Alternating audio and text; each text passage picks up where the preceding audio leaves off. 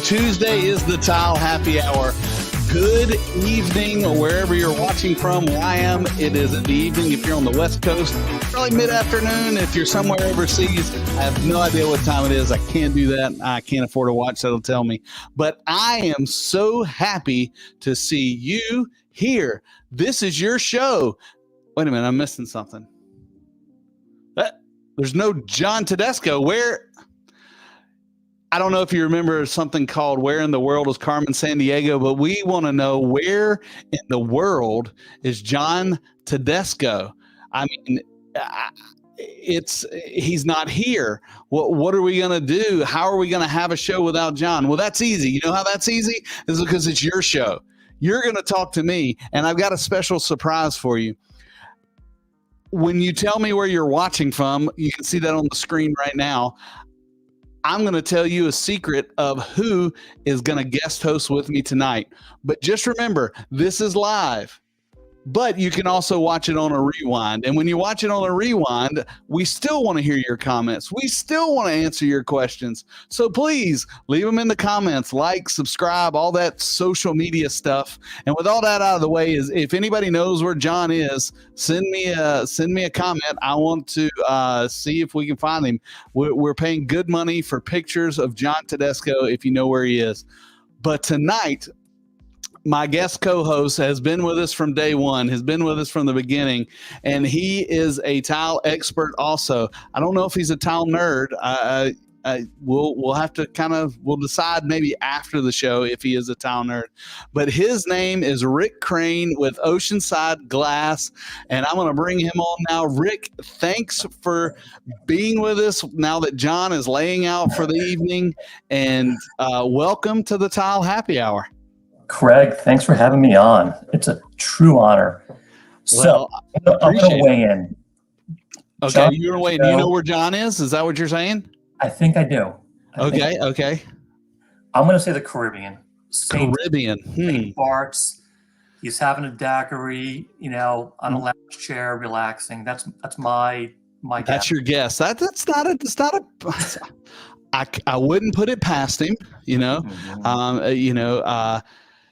John does have that kind of get out of town look about him. So maybe that's where he is. Maybe he jumped out of town. He's in the Caribbean. I'm sure he's looking at tile projects and selling tile because, that's what he does. Of course. Tile 24/7. Absolutely. You can never let it go. Once you get tile in your blood, it's there. So yeah. Rick, I know about you a little bit, but tell us your tile story and how you got in the tile industry, what you do now. Been in the industry for about 30 years. Started with a company called Villeroy & Boch, a big German porcelain company. And they have factories in Germany, France, Italy, Spain. By chance, do they make clinker tile? They do not make clinker tile. Actually, you know what? What is clinker tile? Oh, clinker tile. I don't know if it's a brand name or if it is. Thanks, Dan. My hair is looking good. I'm assuming he was talking about me and not you, Rick. It's definitely me. It's 100% me. Clinker tile used to be what they would put in all of the service areas for car dealerships. I remember when I first got started in the industry, it was a guy taught me. His name was Ward Goddard. God rest his soul. He was awesome. But anytime a car dealership would come around, he's like, "Is that clinker tile? Is that clinker tile?" And that's all I knew it as. But I think it was German, so that's why I asked. Almost like a quarry tile. Yeah, it was like a quarry tile, but okay. I think it was on the early days of the quarry. Well, the quarry tile was really dense, so it was almost a porcelain. Uh-oh. Look at that. Oh, so John Tedesco is giving us the question mark. Okay, so I guess maybe we know wherever he is, he's got the internet. So I think that may get rid of the Caribbean, because if he was on the beach, I don't think he would have the internet. So I don't know. Where in the world is John Tedesco? So Villeroy and you're working for them. Yeah, so Villeroy and Bach for 20 years, everything from branch manager, outside sales, national sales director. And then 2009, 2010 hit, and the housing market went south, the economy went south, my job went south, and I was out of work for a year, and then started with Oceanside Glass in 2011. Okay. I'm very familiar with Oceanside Glass. And it's been a great run with Oceanside, and we make glass mosaics, we make glass tiles. We specialize in pool programs like spas, pools, outdoor application. So 30 years, 2 companies, one, porcelain, and the other one, glass mosaics. And it's been a good run. Okay, well, you're getting close to on tile nerd status there. Now, Oceanside is what you were going to say, close to retirement, but not. No. We in the tile industry, you don't retire; you just fade away. You die. Fade away. Now, Oceanside it's based in California, correct? Correct. So the factory's in Tijuana, Mexico, and we have 350 to 400 employees at the factory. And in the States, our headquarters is in Carlsbad, California, with about 40 to 50 employees in the States. And I'm located in New Jersey, and I handle the East Coast. And actually, as of the past 6 months, I also handle the Midwest. So I cover everything from New York, St. Louis, Chicago, Minneapolis, the Carolinas. Boston. That's a large territory. It's a large territory. You must never be home. You know what? A lot of teams, a lot of Zoom calls. Yeah. So that certainly helps. I mean, I couldn't have done it 5 years ago, but now I think Teams and Zoom is completely acceptable. Yeah. Now, Oceanside, they don't have any brick and mortar stores. Is that correct, or do they? That's correct. That's correct. We have just our one warehouse in Carlsbad, California, and that's it. So we rely on the dealer. We rely on Tile Bar, or a Garden State Tile, a ceramic, Virginia Tile. That's our primary partner. Yeah, I remember when I was new in the business, there was 2 tiles that I was told that we can use in a pool: Bazazza and Oceanside Glass. Now, there was many more that would try to say that, but everybody's like, no, you got to use one of those 2. Everything else will not work. I don't know if that was true. That's just what I was told. Craig, let me tell you, I think, from my history with Oceanside for 10 or 11 years, it's not only the glass, it's the backup, it's the technical support, it's the experience. So it's design, it's the experience, technical support, and also installation support. Super helpful. Well, I tell you, I've watched some of your trainings that you have online, and they're top notch and very, I'm a training nerd. I like that stuff. And I'm often looking to try to help answer my clients' questions. And when I have glass tile questions, I know your site is the first one I kind of troll to see if I can find it. It's always top notch and gives good basis of information that can hopefully get you a solid pool or spa installed. It is so helpful. We have a great technical manager, not as good as you, Craig, but in that same level, Brian Fitzgerald, and the guy is wonderful. He is just a wealth of knowledge. He does great presentations on how to install, how to maintain, how to troubleshoot. So he's really a major asset for Oceanside Glass on our pool program. Well, that's awesome. Really any installation, quite honestly.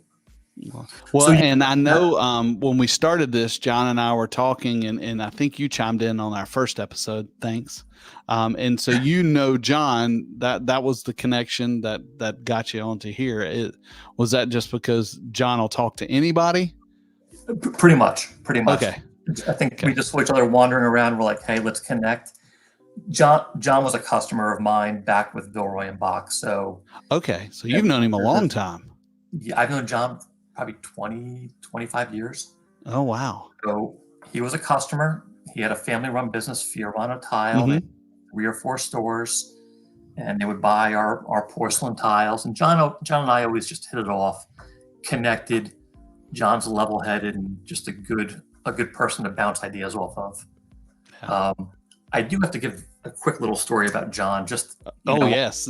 We need dirt. So we had a factory trip to Germany, and I brought 35 people with me to Germany. We stayed at the castle. It was a red carpet treatment. It was dinners and meals, factory tour, and John came along. And during one of the dinners, someone gave a toast and excluded Rick Crane. Didn't mention my name. And it was kind of like an awkward moment where all right, I should have been included in that toast, but I wasn't. What does John do? He stands up. Of course, he has the spotlight. Sure. Specifically Rick Crane. That's who I want to thank. He's who made this trip happen. Just a great acknowledgement. Yeah, John does a great job of that. I don't know if you watched a couple of weeks ago, he hosted something at our flagship showroom down in Manhattan, and it was a lot of design VIPs. And you know me, or from what you know of me, I'm not a design person, but John fits right in with the design people and the tile nerds, and he was a great MC. And but what I realized from this, now that I've known John for a couple of years now, sounds like I may be stuck with him for 20 or 30 years. He's not going anywhere. That's what you're telling me, I think. Craig, you're stuck. In fact, rumor has it John's moving to North Carolina. Gosh. Is that why my garage is full of stuff and I don't know what it is? That he's just shipped his stuff here. Okay. Yeah. So it's great. I definitely, thanks for the intro. And I can just kind of finish with, it's been a good run with knowing porcelain and glass tile. That balance has really helped me out. I'll tell you, I would say 60% of my questions that I get daily, and I get a lot of them all across the country, are movement joint related. Probably the other 30% are glass tile related. So I think glass tile, and when I say glass tile, I'm throwing all types, mirror, and I know mirror is a little bit different, and all types of glass, and large format, small format. But I think it's intimidating. People are intimidated by that because normally it's not your 69 cent a square foot material that you're getting from Lowe's or Home Depot. It's expensive and people are scared. I mean, I had a question today. How do you cut this? And my snarky, sarcastic answer is carefully. You cut it carefully. Yeah. And all of them are a little bit different. John, of course, he wants to chime in here. Clinker tile or red ceramic tiles, known in some circles as classic German clinker tile. Well, some people call it. And of course, thanks, John, but not what Rick wanted to sell at you at that time. And Tom, yes, you're right. I'm glad you're here, Tom. Thanks for chiming in. I love your comments. Not everybody can install glass tile. It is. Yeah. It's not as easy, especially if you want. And we're going to get to this in a little bit because I got a question and answer from a client right here, especially for Rick Crane. We're going to give him a test. But first of all, Rick, do you know what today is? National Tile Day. It is not National Tile Day. That was February the 23rd. Today, the easy answer would have been June 27th. Would have been correct. But since you chose National Tile Day, that is one wrong answer. Today, and I don't know. John always says this. There's always like several national days. But according to the news this morning, today is National Ice Cream Sandwich Day. Oh, all right. And from your neck of the woods, I guess, is it Carvel? Is that the regional kind of New York soft serve? Is that the name of it? Carvel ice cream. I think from Long Island, from John's neck of the woods, is where they started. Dan says it's Taco Tuesday. That is correct, but I had chili tonight, which is weird to have chili in the summertime. But we're cleaning out the kitchen. So today was National Ice Cream Sandwich Day. I don't know if I'm saying it wrong. I apologize to the ice cream fanatics. I don't know if they invented ice cream sandwiches, but they were on TV this morning to say that today was National Ice Cream Sandwich Day, and I just pulled it up on Google. It is also World Refrigeration Day.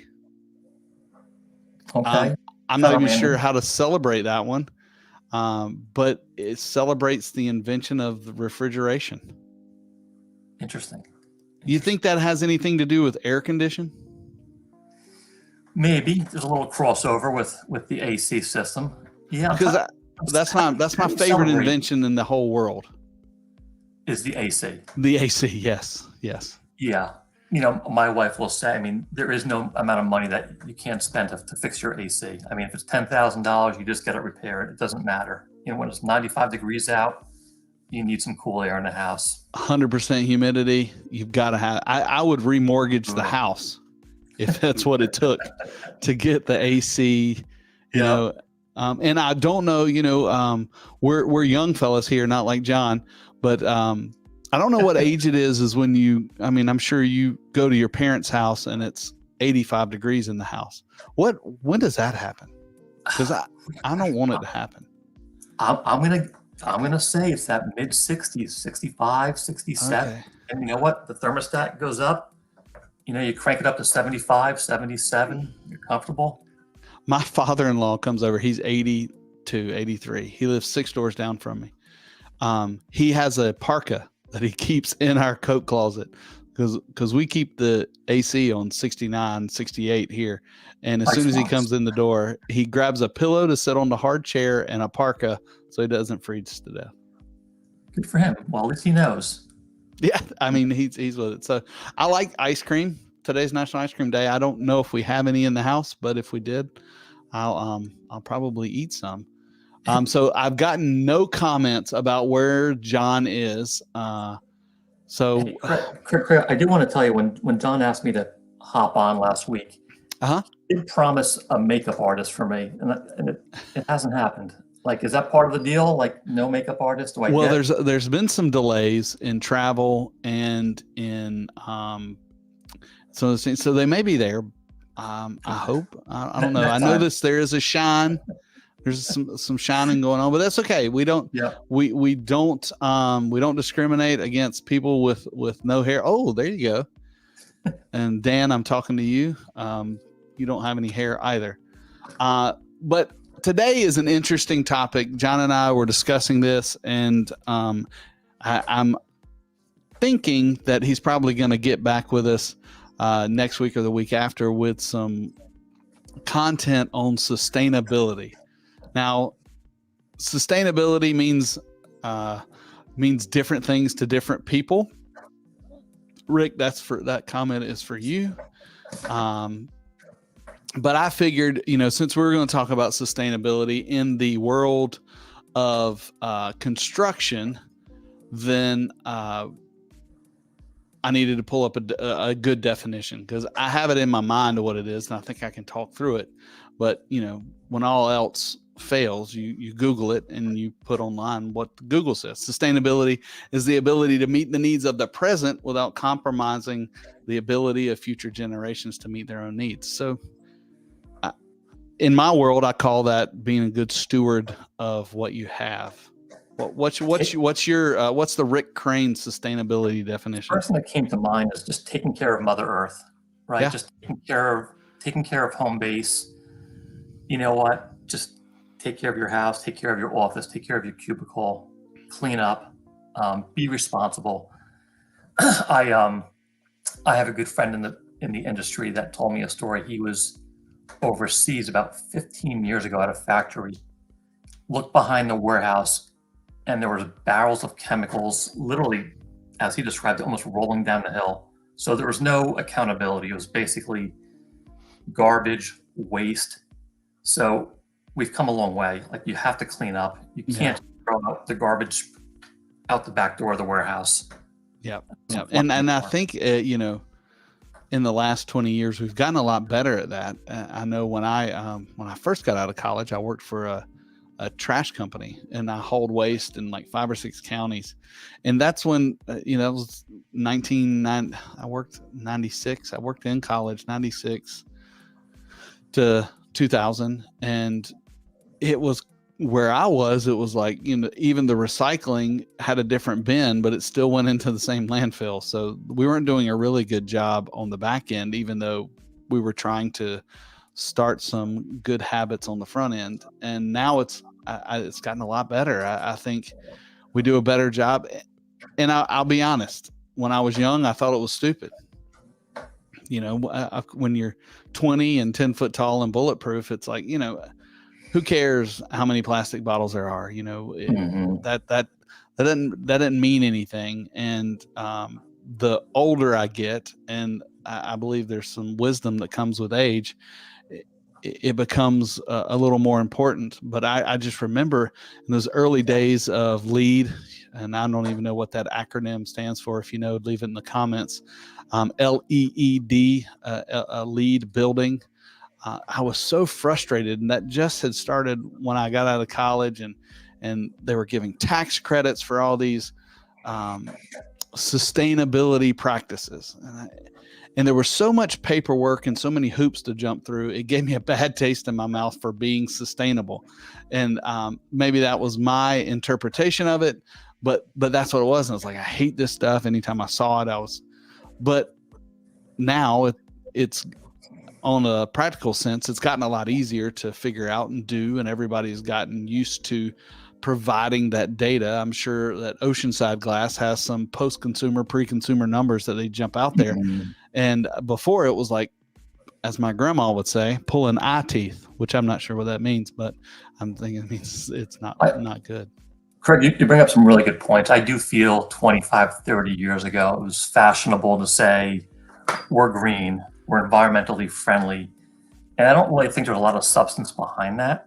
A lot of companies just felt they needed to do it. But it's important. It really is. At Oceanside Glass, we recycle about 3 million pounds of post-consumer material per year. Okay. Now tell me what's post-consumer versus pre-consumer in your world? So post-consumer, think of a beer bottle, a pickle jar, something that's been made, it's been produced, it's probably been in your parents' hands or your kids' hands, and now it's done. So that's post-consumer. Okay. And consumer might be everything from, recycled scrap of glass. It might be the dust from natural stone, things that really haven't made it to the market quite yet. Gotcha. With internally. So think of it as an internal recycling. So within the factory, the waste, the garbage is remade, reused again a second time.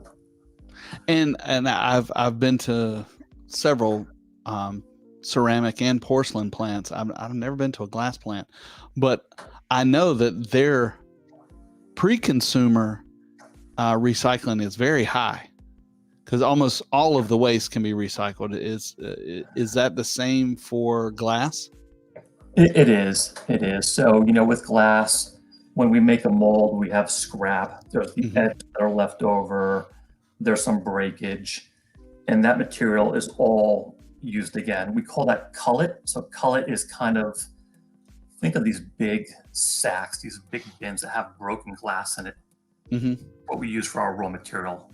And that could be post-consumer or pre-consumer material. So it's just important to use all that material over. We recycle our water, rainwater. That's reused. Is all of your water usage rainwater, which I guess you probably use less water than a porcelain plant?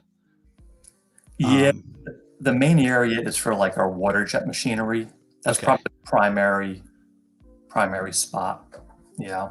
Yeah, I worked for a short period of time with a really great residential countertop company, Rock Interiors. If you're listening, shout out to them. If you're in the Raleigh area, they're the top notch.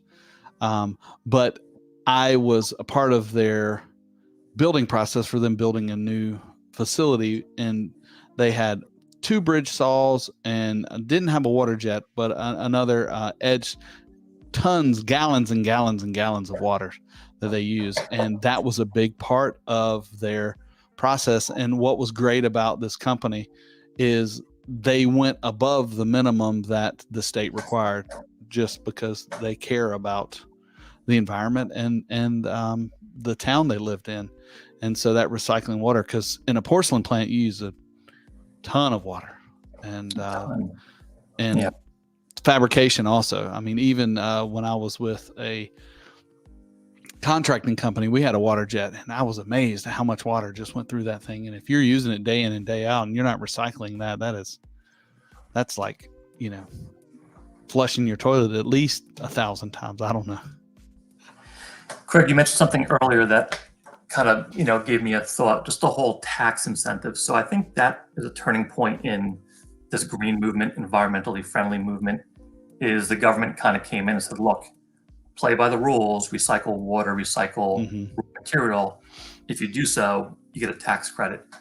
Yeah. I'm not sure exactly how they gauge the tax incentive, but I do know that's a leading advantage for a lot of companies. Well, I think, in my opinion, and I don't know this for a fact, so fact check me, comment down below if you know the right answer. But I think that was the only way to get general contractors and developers to adopt the process. It had to be beneficial to them in some sort. I mean, of course, I think in the grand scheme of things, most of us want to be good stewards of what they have. But when you're in a competitive situation, a lot of times it comes down to dollars and cents mean a lot. And if you can convince an owner to do this sustainable building and they're going to get X amount of dollars over X amount of years that offsets some of that cost, that helps you get a job. And if you can't make that argument and somebody comes in and says, well, if you don't do it, I'll do it for $10 million less. I mean, what's the owner to do? So yeah, it's an important point. I think, being in sales myself, it is a fine line between we're a green company, recycling products, but then when it comes down to the developer needing a better price, I'm not sure if he's concerned or she's concerned about the green content. At that point, it becomes a price and delivery question. Yeah, it does. So, and I think sometimes it comes down to the type of building. If it's one of these marquee buildings, you're building One Trade Center 1, which I think is platinum LEED, if I'm not mistaken. That is a world-renowned building. But if you're building a strip mall in Pulaski, Michigan, who's going to see your LEED plaque? Yeah. Nobody. And that guy's trying to rent some space to keep his business going. Well, I think sustainability, and when we were in coverings, we had the privilege of interviewing different people, and that's a big deal overseas too. And I know both of you and I are sitting in America, but from what I hear, I feel like we kind of maybe push that, but is that true, or is Europe, and I know some countries don't care about sustainability, but I feel like Europe is close to us. I don't hear much about that from across the pond. Do you? About that they are or not, or I know when I was in Brazil, looking at some factories, there was not a lot of sustainability practices, but that's the only, outside of the US, that's the only thing I had to compare it to. You know what? I can from my experience, it kind of goes in a wave. So Villeroy and Bach, where I used to work, they were environmentally friendly. They were on the cutting edge of reusing rainwater, reusing, pre-consumer scrap and waste. Their warehouse it was all automated, so there was no propane forklifts. There was all the cardboard was recycled. It's important. I think it depends on the company. And I encourage people to ask, like, hey, Tile Bar, Oceanside Glass, Dow Tile, whatever. Ask what the footprint is, what they're doing to make things better. Yeah.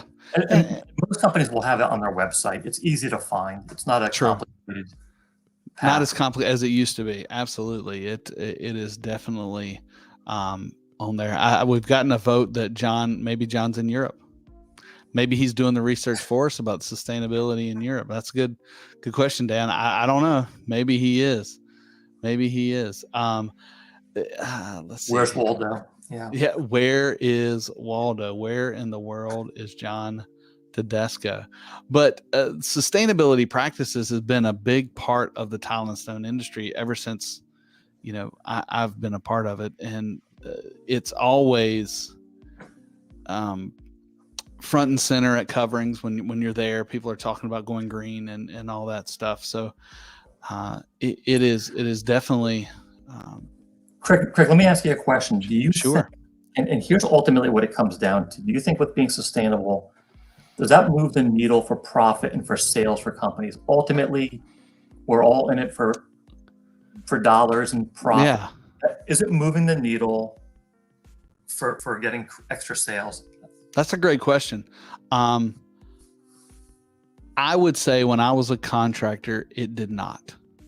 It was in my opinion, at that point in time, and this is probably 10 years old information, it was a prestige thing. The only designers that were building sustainable buildings were doing it for the accolades.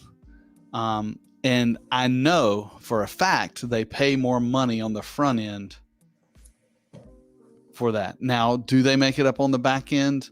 A lot of the naysayers would say, of course they don't, because they sell the building before they realize those savings. So they build a building, they get all these humongous tax credits that are, I don't know, allocated out over 10 or 15 years. And they have this beautiful building and then they sell it.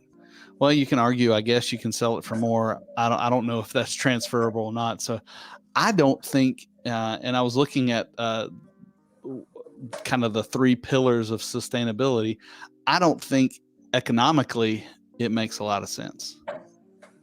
Yeah. But environmentally, which is the other one, and I think that is a moral question to the company. If you're a company and you can do better and have your community better because of the job you're doing, I think morally that's good for you and the community, and I believe you will be rewarded for that. And hopefully that'll be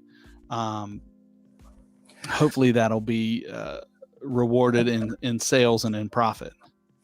And a company that plays by the rules as well, and that follows, these lead points, follows recycling, reusing raw materials. I think, there's sort of this suggestion it's a quality company. That company is on their A game, like you said. It's status. They probably treat their employees correctly. They're, just a quality company. Well, and that leads to the third pillar that I found on the Google was the social sustainability. Are you making an impact in your community? And I know that's very important on a global level, but it's also very important on a local level. Are you taking care of the people that are making you money? And that, I think we don't see that as much in the US, I don't think, as we do in other countries where, have 3 or 4 or 5 generations of employees that work for the same company because they take care of the employees on whatever level they have to. Yeah. I didn't want to make this about Oceanside Glass, but I will tell you a little tidbit about No, you can. It's they, the 350, 400 employees are treated like gold. There's daycare at the factory. There is a shuttle that drives the employees to the factory and home. There are intercompany sports teams, a soccer team, a basketball team, a volleyball team. That's cool. That's fun. And picnics free of charge. There is all kinds of incentives.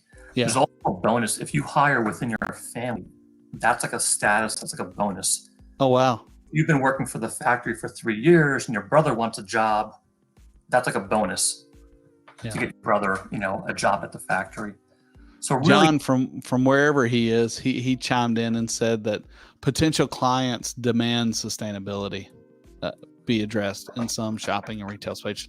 And that's true. You're going to have your higher end companies are going to say, well, if your building is not XYZ, I'm going to go rent from somewhere down the street. So there is that part, which in turn drives bigger profits and hopefully will pay off that extra money you spent on the front end. Craig and John, a good question for Tile Bar would be this: out of your reps, how many times per month are they getting questioned or requested to provide lead points, recycled Yeah. content? Is it once a month? Is it never? Like, I bet it's more than that. I know Thomas just chimed in and said he doesn't get asked in the field about it anymore.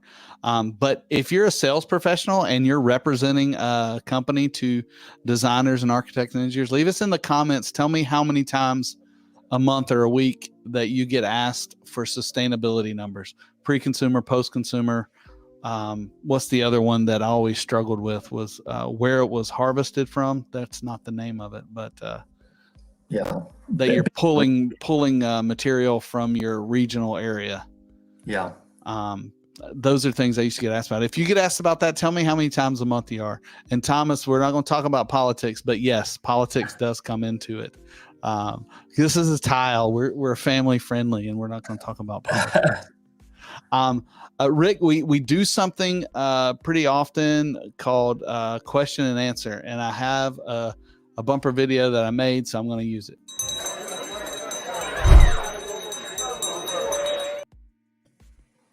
Hey, there you go. So if you're listening live, now's the time to get your question in. Hit send. You've been waiting. Maybe Craig can't answer it. Hey, try to stump me. That's what I love. We've got a glass tile professional here. I'm hoping that maybe we try to stump him. I like to stump John. I don't think I've stumped him yet. Come on. But I haven't tried that. I don't want to embarrass him. I mean, my mom watches the show. And John, if you're watching right now, my mom says you talk more than I do. So that's why you're not on today. That's the real reason. But Rick, what this is here in my hand is an actual question from an actual client that came across, and I've never done this with John, so you're the first one. It actually has a visual aid. So I'm going to read you the question, and then we're going to figure out how to answer it. Those of you out there that know stuff about installing tile and tile in general, I want to see your answers too. Even if you're not watching live, leave it in the comments. We still want to see it. Okay. It says, hey, Craig, one more question on this glass tile. This is a dot mount. Any reason why we can't use it on the water line of a pool of a hotel? I didn't know if there was a specific installation method in lieu of the mesh back. And that's the tricky question. And here is a picture of the back of the tile, which is a dot mounted. I'm assuming that's, I used to know, plastisol, I'm assuming, but I don't know. So Rick, it doesn't even look like glass from the back, but it's a really poor picture. So, I mean, basically we always refer to the TCNA, the Tile Council of North America, handbook. Yep. As sort of the guiding principle for how to do any tile application. So in this case with pools, they recommend a face mounted product, whether it's paper faced or clear film face. That's sort of the solution. What it does, it gives you a better bond between the glass and the adhesive. So now it's adhesive, glass, and you don't have mesh or the dot in between the two. That's the primary answer, is 100% adhesion between the glass and the thin set. And even though this dot is relatively small, that is still a percentage. And the other thing is we've had some issues with those dots changing color with an epoxy adhesive, where that might change a little yellow, a little orange. Mm-hmm. Had some issues and some repairs with that changing color, in turn changing the color maybe of the grout or just underneath the glass. Yeah. Now, would you answer that even if it's just waterline, would you still kind of stick to your paper face or cellophane face, whatever they call it? I mean, by definition, it's submerged. So if it's waterline, it's a little bit of a gray area. Yeah. I would still defer to the TCNA and go with the paper face, but it's a little bit of a gray area. So maybe the dot system or the mesh system would be okay. Yeah. I frankly like the dot better than the mesh. Always have. Now, and I'm going to tell you a horror story in a minute, but in my opinion, I mean, you can get, I mean, that's probably 95% coverage, just doing quick math on that. And that's pretty strong. And I would say if you're getting 95% coverage, the odds of that failing are very small. But what scares me about the mesh is the mesh, even though it is very thin, it still holds the mortar away from the body of the tile. And you can't, and I've tried it. I did it one time. I got this, I should have got the pictures of that. This glass tile that had a mesh on the back of it. And the coverage was so bad. The glass was translucent. It had some glass and some mirrors, and it just looked terrible. And my thought was they just had poor coverage. And I said, well, let me see if I can back butter this glass mosaic with a mesh. That is a nightmare. Don't ever try to do that. It's really not possible, especially in a situation where you're trying to make money, if you're not just doing a piece at a time. So I think the mesh is a worse installation than the dot mount. It's more problematic than the dot. I would agree. I would say mesh would be the least desirable. Yeah. Now I'll tell you my horror story. Now, this is not about glass tile. Tom, if you're still listening, you may remember this. But the company I worked for did a college competition pool. So it was a Division 3 school. So it was a large pool. I can't remember how many lanes it was. It was in excess of 8 or so. And they ordered mosaic, a very popular mosaic porcelain tile, in a 1x1. Well, the dot machine that had produced every bit of this tile filled up all 4 corners, and there was only maybe 5% of tile that was left in the middle of it. Well, unfortunately, the installer did not take note of that, installed all of the tile in the entire pool and the diving well. They filled the pool full of water, and 2 days later, all of the tile ended up in the bottom of the pool.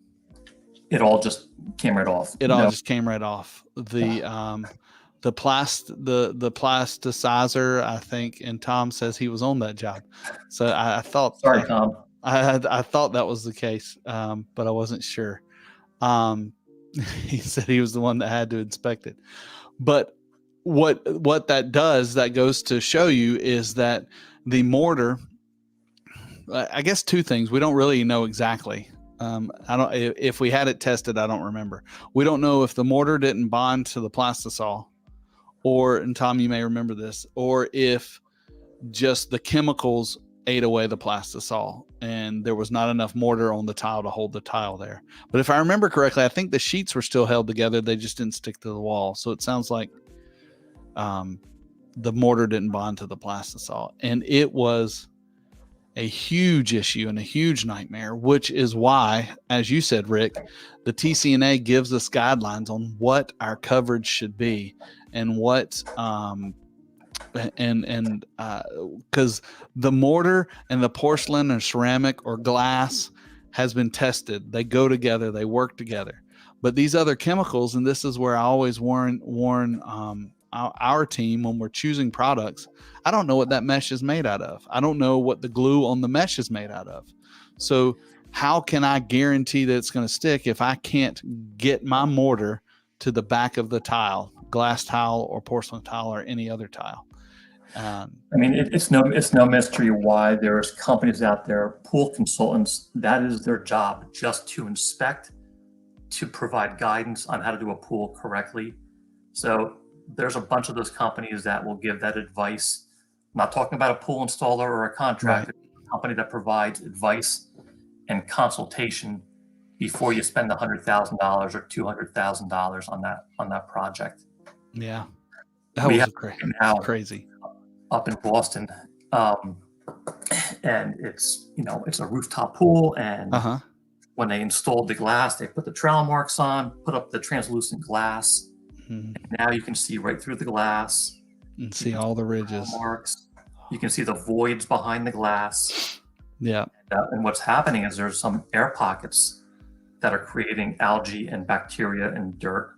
Yeah, Really, because water will seep in there. Water's tricky, and so water will get in there. it's growing all sorts of science projects in there.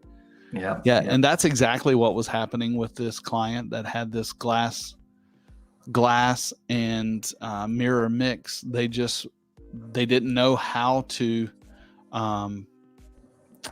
flatten the ridges, and it sounds simple, but if you've never done it before, it doesn't make any sense until you put a light on and look at it.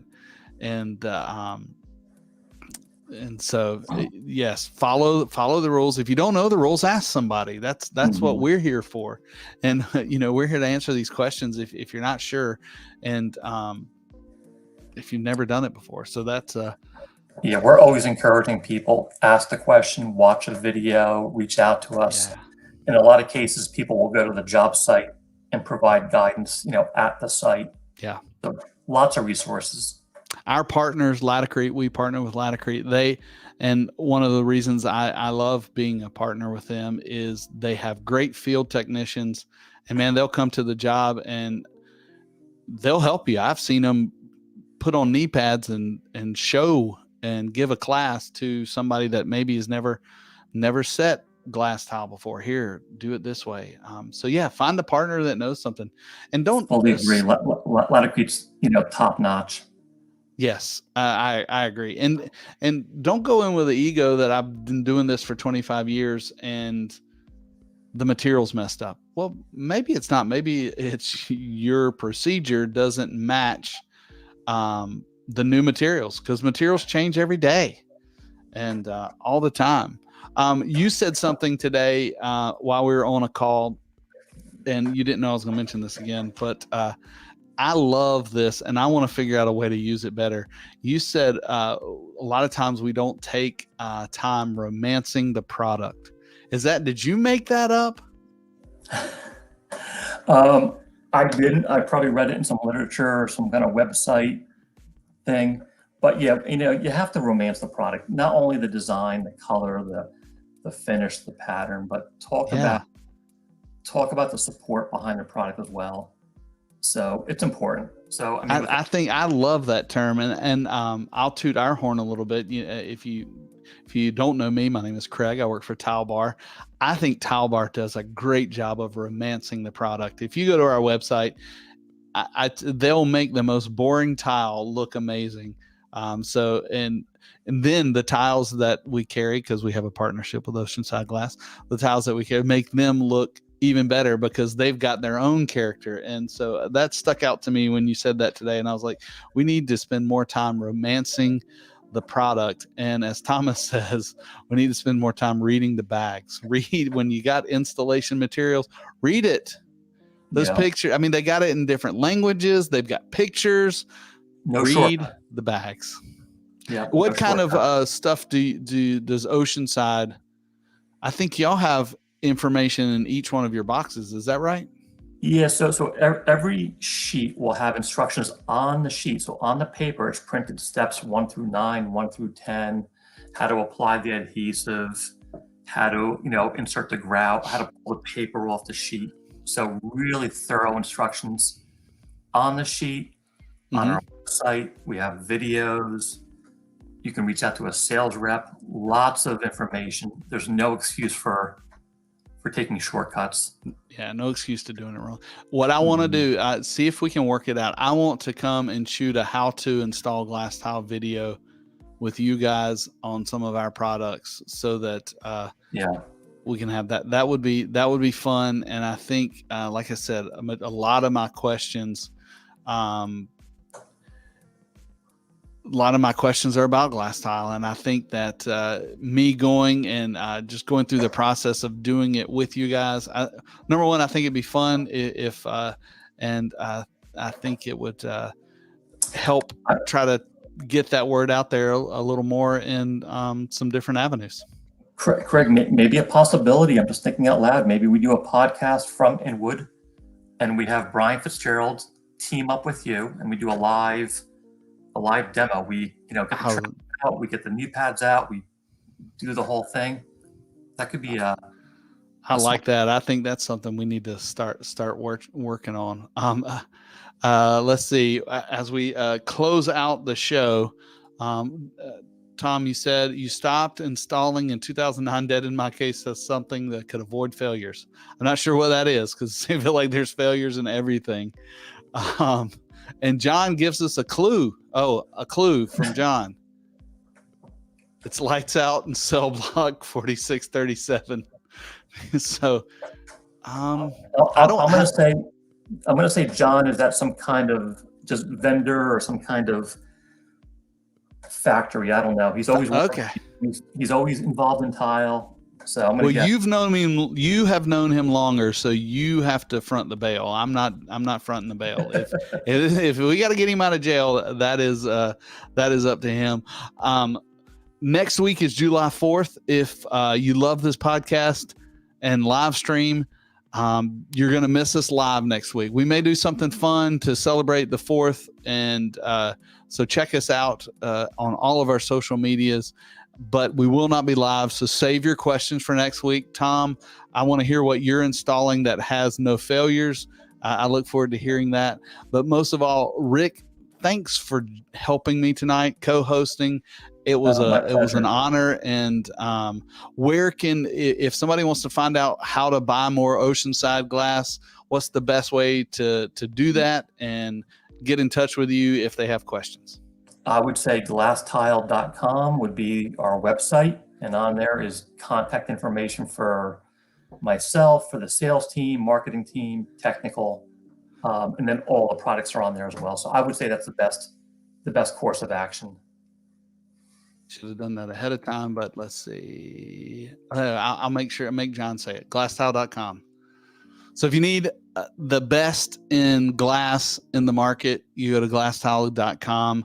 Rick won't be there to fill your order, but somebody will be, and they will get you what you need. You'll be able to look at some stuff. And just a little word of we've got some of their materials on our website, also at tilebar.com.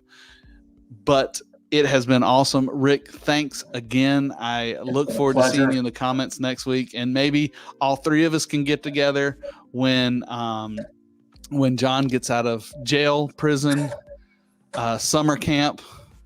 I don't know. I was going to say something. Yeah, we're going to find out where John is. We're going to find out where John is. Where in the world is John Tedesco? But keep an eye out for what's going on all of our social medias. If you have questions about your installation, want help with your installation, we're always here. But we always want to just keep learning together, and let's tile the world.